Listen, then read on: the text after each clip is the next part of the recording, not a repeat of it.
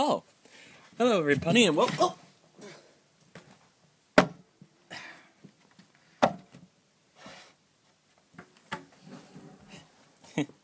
And welcome to another Missing Pony Points.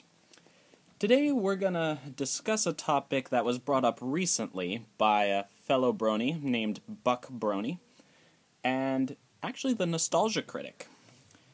It's regarding the fact, should Princess Celestia be called a queen? Now, I can see two sides to this argument. One is, yes, she should technically be called a queen, because she's ruled Equestria on her own for 1,000 years. She is the eldest sister of the two Alicorn sisters, and yeah.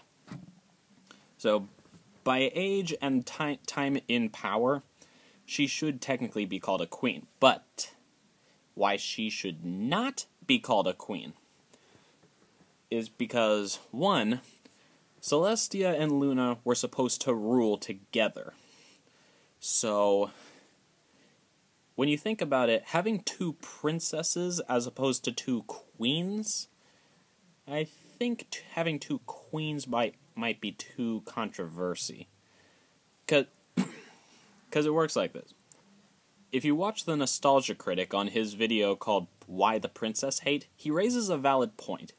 He says, the title of princess means that you are young, beautiful, and have power, but not so much power.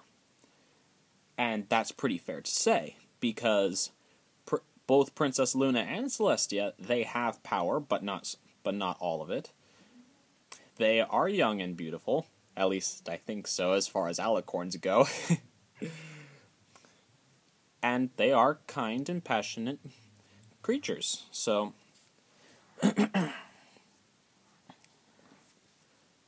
so that's why they should stay. Why I think they should stay as princesses. And actually, when you look back at like other fairy tales, you'll notice that the queen tends to be kind of an evil figure. In fact, My Little Pony displays that in A Canterlot Wedding. Queen Chrysalis. She's evil. Now, the one part that they kind of threw us for a loop at was King Sombra. Because usually in some fairy tales, yes, they do sometimes have evil kings, but other times the king can be a good character. Now, we haven't had any kings in My Little Pony till up to that point. Because they call Shining Armor a prince now, even though he's married a princess. But, again, King Sombra, he has all the power, and he's completely evil.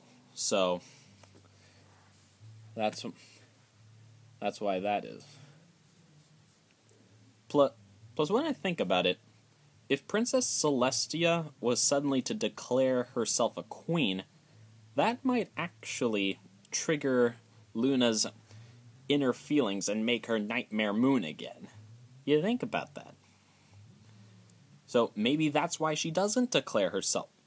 That's probably why she doesn't declare herself a queen, because even though she can raise both the sun and the moon, she understands that she and Luna were supposed to rule together. Therefore, neither of them having all the power. So that's why they keep the title of princess. Though it doesn't really explain why Cadance and Shining Armor aren't a king and queen. Because, I mean, they rule their own empire. I mean, yes, technically it is in Equestria, but, again, this is their kingdom, technically. It's kind of like a kingdom within a kingdom, when you think about it. It's like Celestia rules the entire kingdom, and Cadance and Shining Armor just rule this one inner kingdom. And so technically they could call themselves king and queen, but I'm getting off track. Bottom line is, no, I don't think they should call Princess Celestia a queen. Because if they were going to call Princess Celestia a queen, they should have done that far back in, like, season 1. And not wait until and wait for 3 seasons and then suddenly call her queen in the next. No, that would be terrible. They'd be like, oh, we now have Princess Twilight. Maybe we should declare...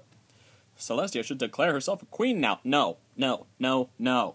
It doesn't work that way. Please, no. Hasbro, for the love of God, do not do that.